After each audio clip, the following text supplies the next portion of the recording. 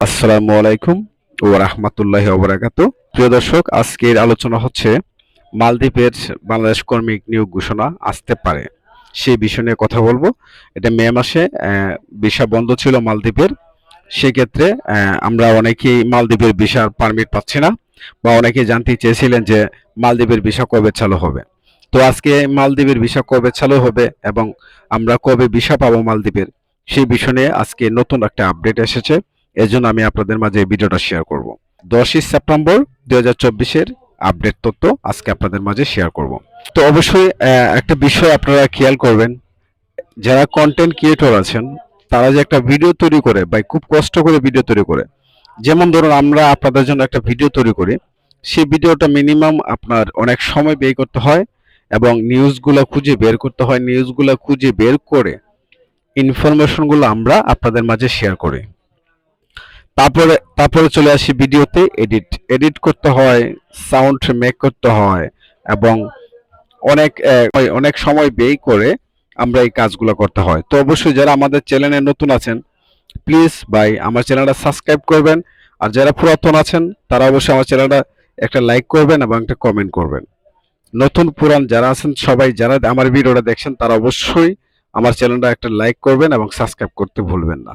তো আমাদের কষ্টটা তখন সাকসেসফুল হয় যে আমরা আপনাদের মাঝে একটা ভিডিও শেয়ার করেছি, সেটা আমি লাইক পেয়েছি, কমেন্ট পেয়েছি এবং সাবস্ক্রাইবও পেয়েছি। এই জন্য আমরা আরো আগ্রহ হয় নতুন কিছু আপডেট দেওয়ার জন্য। তো আজকের বিষয় হচ্ছে, আমরা তো মালদ্বীপের ভিসার কবে চালু হচ্ছে আমরা সেই বিষয় নিয়ে একটু আলোচনা করব।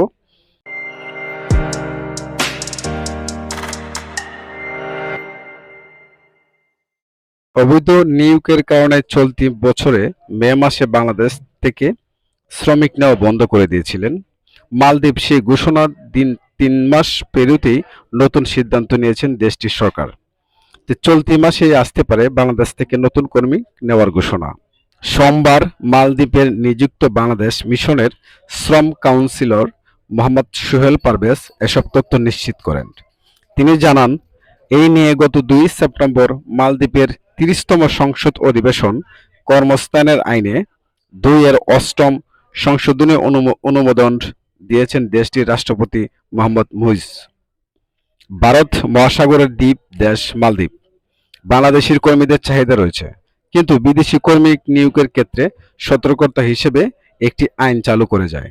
মালদ্বীপের বিগত সরকার কোনো এক দেশ থেকে 1 লাখেরও বেশি কর্মী না নেওয়ার এই আইন সংসদে অনুমোদন করে তারা।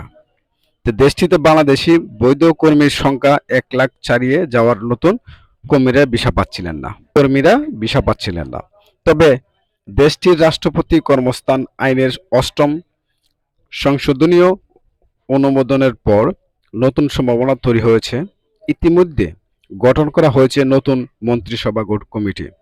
এর অধীনে ন্যস্ত থাকবে দেশটির নিয়োগ কর্মকর্তাদের যাবতীয় কার্যক্রম। যদি কোনো নিয়োগকর্তা অভিবাসীদের সঙ্গে আইন অমান্য করে সর্বনিম্ন 50,000 রুপিয়া জরিমানা সহ নতুন কর্মী নিয়োগ স্থগিত মতো বিধান রাখা হয়েছে।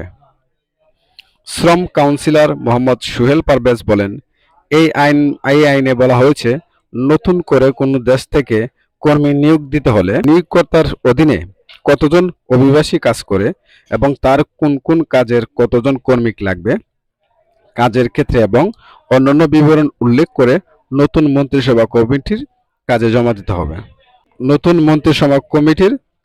দিতে হবে। এছাড়া এই আইনের মধ্যে রয়েছে, যেখানে প্রবাসীরা কাজ করবে সেই কাজের সাইটগুলি নিবন্ধন করার অন্যান্য যাবতীয় প্রয়োজনীয় অনুমোদিত ডকুমেন্টস, প্রবাসী কর্মী আনার জন্য কোটার আবেদন করা, নিয়োগ হওয়া, অভিবাসী ওয়ার্ক পারমিট প্রাপ্তি ইত্যাদি। সোহেল পারভেজ বলেন, মালদ্বীপ অভিবাসী কর্মীদের ন্যায্যতা রক্ষার অবহেলা করলে নিয়োগকর্তাদের 50,000 রুপিয়া জরিমানা বিধান রেখে পূর্বের কোটা পদ্ধতির পরিবর্তন নতুন নিয়ম বৈধ উপায় কর্মী নেবে দেশটি। বিষয়টি নিয়ে কাজ করবে বর্তমান সংসদে পাশ হওয়া প্রণীত আইনের নবগঠিত মন্ত্রিসভার কমিটি। তারা শীঘ্রই বাংলাদেশ থেকে নতুন কর্মী নিয়োগের বিষয়ে বিস্তারিত জানাবেন। এই অবস্থা বাংলাদেশ থেকে মালদ্বীপ কাজের ভিসা আসতে ইচ্ছুকদের 2 দেশের সরকারি নির্দেশনা মেনে আসার পরামর্শ দেন তিনি। দেশটির রাষ্ট্রপতি এই আইন অনুমোদন করার সঙ্গে সঙ্গে প্রবিধানের সংশোধনীয় হুসতরির তারিখ থেকে আগামী 3 মাসের মধ্যে সরকারি গেজেট প্রকাশ করে নতুন কর্মী নিয়োগের কথা বলা হয়েছে। নতুন আছেন আমার চ্যানেলে, তারা অবশ্যই চ্যানেলটা সাবস্ক্রাইব করে রাখবেন আর অবশ্যই লাইক কমেন্ট করতে ভুলবেন না। তো ভালো থাকবেন, আল্লাহ হাফেজ।